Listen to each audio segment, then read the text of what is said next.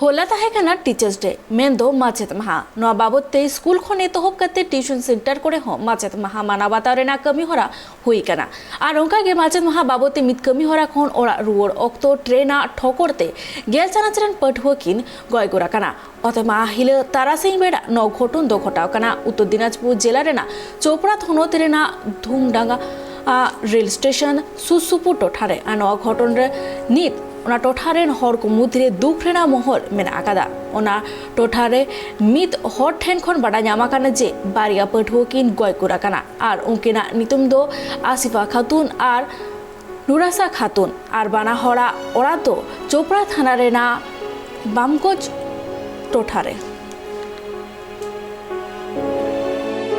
क्या हुआ सुनना में आया था जो कि एक स्टेशन से हाफ किलोमीटर आगे किलोमीटर 31 का 2 में 2 लड़की जो है कट गया है डाउन लाइन में। सुनने में आता है 9 में पढ़ रही थी, खबर मिला हम लोगों का जो 9 में पढ़ रही थी।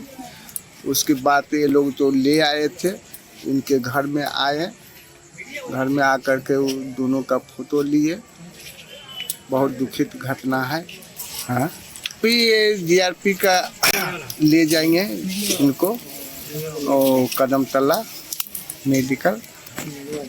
नियम तो है पोस्टमार्टम करने का, लेकिन अभी देखें रिक्वेस्ट किया जाता है लोगों को जो पोस्टमार्टम नहीं हो बच्ची को। कम उम्र की बच्ची है।